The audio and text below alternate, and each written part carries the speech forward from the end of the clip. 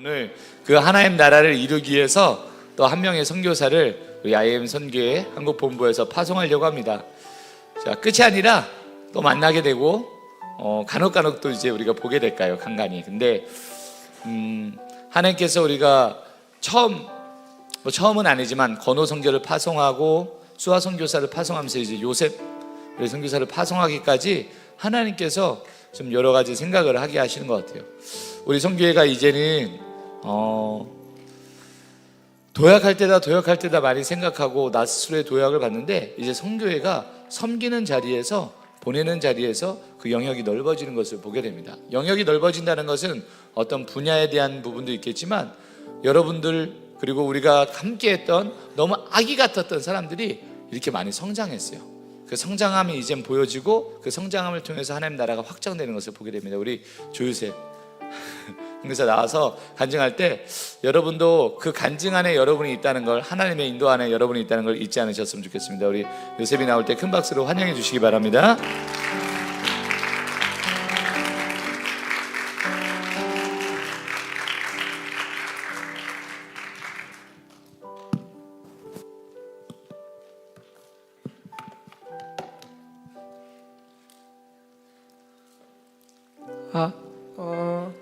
네. PPT 준비는 안 했는데요. 띄워주실 거 있으면은 뒤에 띄워주셔도 됩니다. 예. 태국 사역을 나가기 전 하나님의 은혜로 이 간증 자리에 서게 된 조요셉이라고 합니다.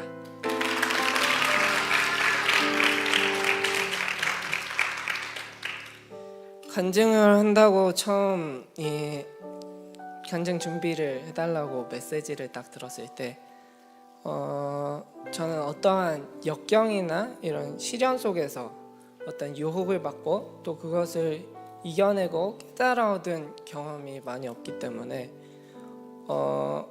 어떤 메시지나 간증을 이렇게 전해야 될지 고민을 많이 했는데요.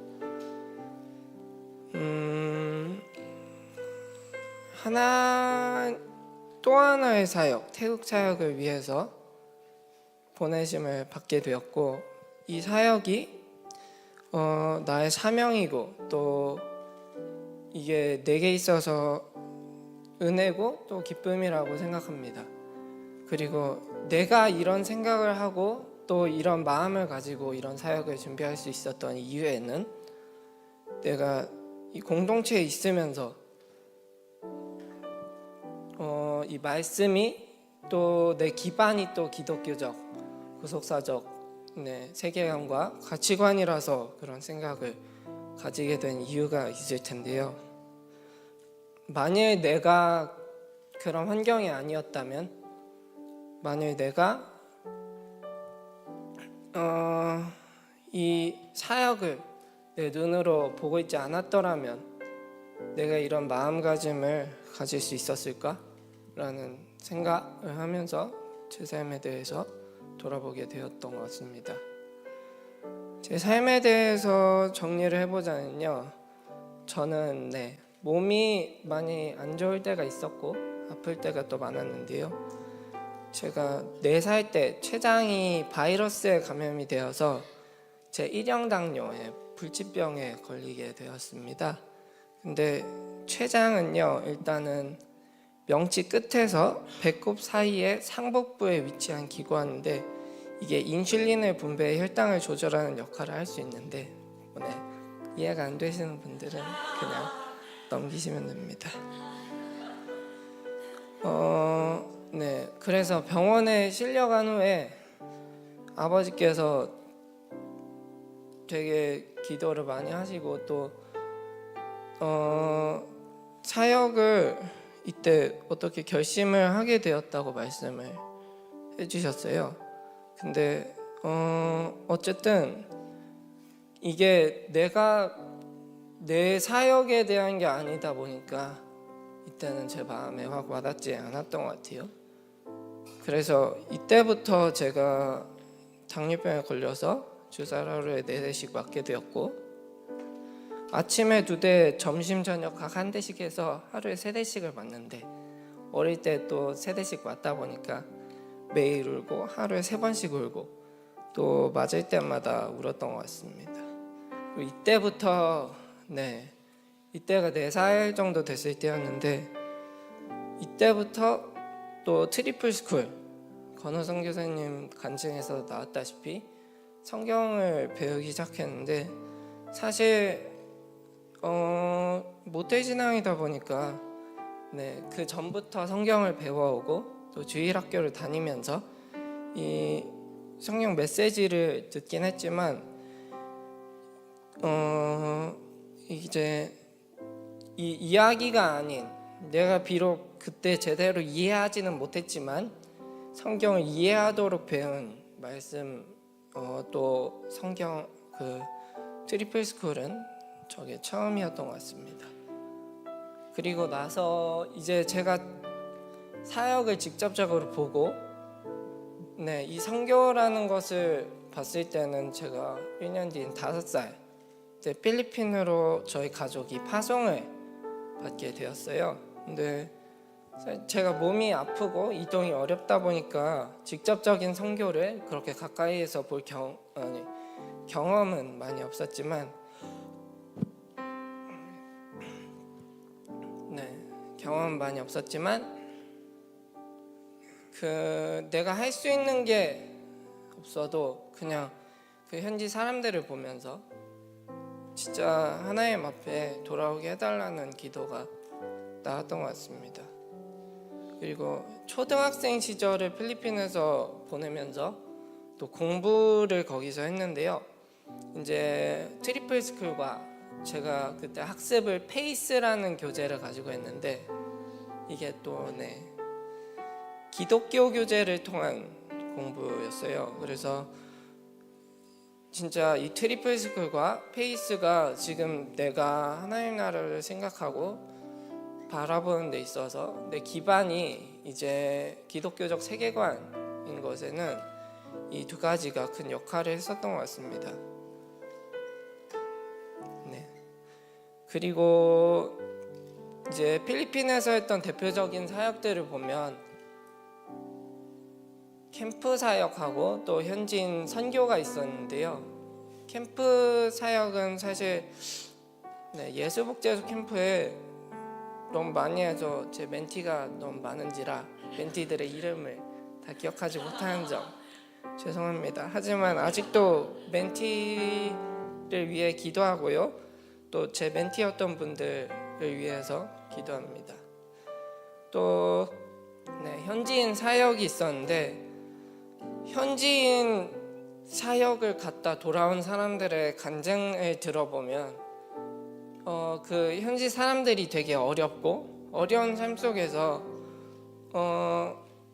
그 가운데서 어떻게 도울 수 있을까 고민을 또 하시고 또 거기서 깨달음을 얻고 하나님께 메시지를 들었다라는 분들이 많으셨는데 저는 그 사람들의 환경이 어려운 것보다 그 사람들이 그 어려운 환경 가운데서도 또 웃음을 지을 수 있고 또 그 가운데서 이제 복음을 전하는 데 있어서 이 복음이 하나님 나라가 그들 가운데 믿어진다는 것, 이제 일어난다는 것이 제게 있어서 기쁨이었고 또 그렇기 때문에 선교를 사역을 결심하는 계기 중 하나가 됐었던 것 같습니다.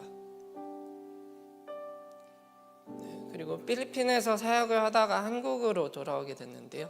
한국에 돌아오게 된 계기가 있는데 한국에 그냥 잠시 들어왔어요. 제가 병원 진료도 있고 가끔 한국에 들어와야 돼가지고 한국에 들어왔는데 그때 딱 코로나가 터져가지고 다시 필리핀에 들어가지 못하고 한국에 정착하게 되었다가 한국에서 캠프 사역과 전도 사역을 도라이드를 하다가 1, 2사 사태가 터지고 코로나가 터져서 이제 사람들이 다 빠지고 뿔뿔이 흩어지고 그리고 나서 이제 자아격리를 하고 이곳 삼천리에 들어오게 되었습니다.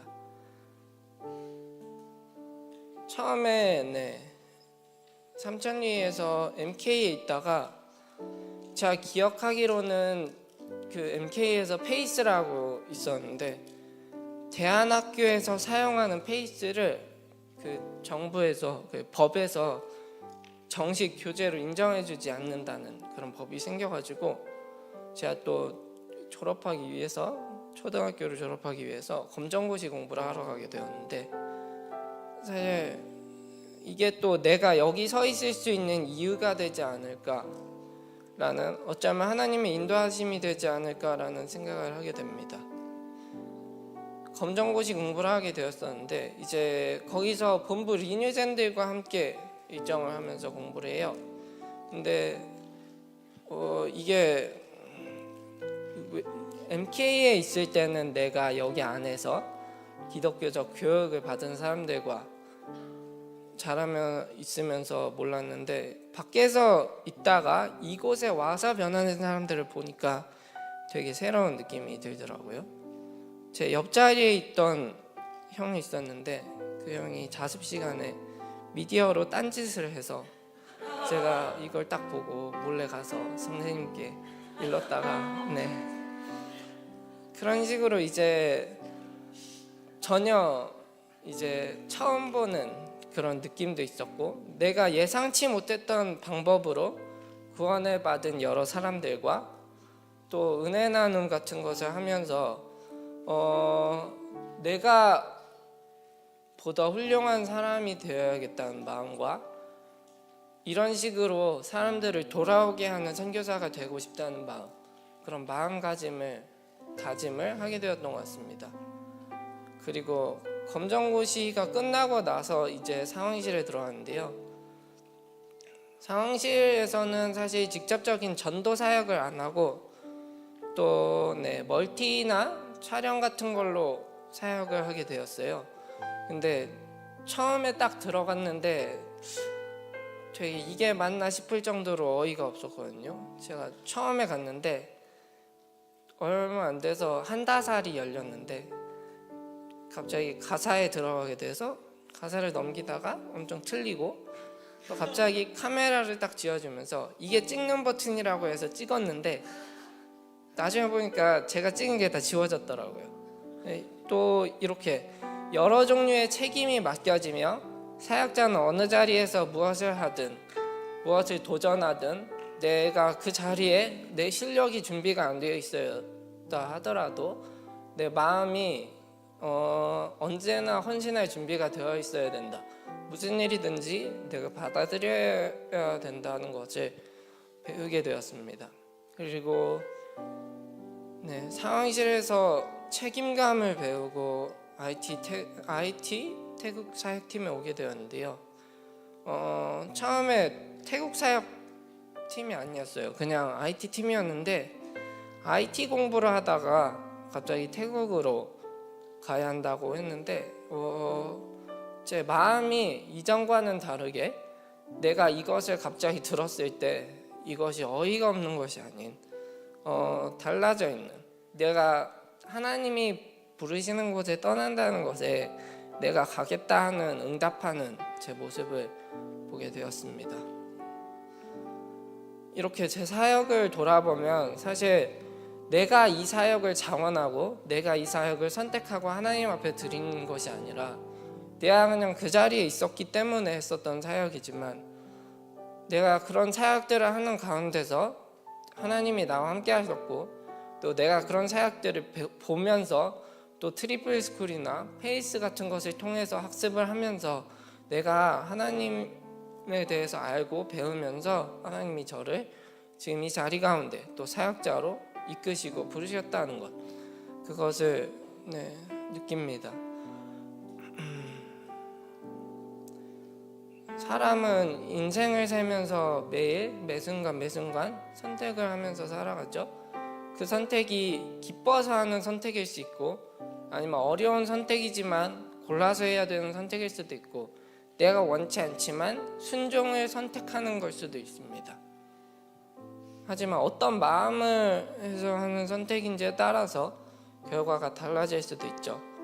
지금까지의 내 사역이, 내가 했던 사역이 어떤 선택으로 이루어졌는지는 모르겠지만 앞으로의 사역은 나 스스로가 하나님께 헌신하기로, 하나님이 인도하시는 대로 하나님의 마음이 나의 마음이 되는 그런 나의 선택을 하는 사역, 그런 사역이 되기 원합니다.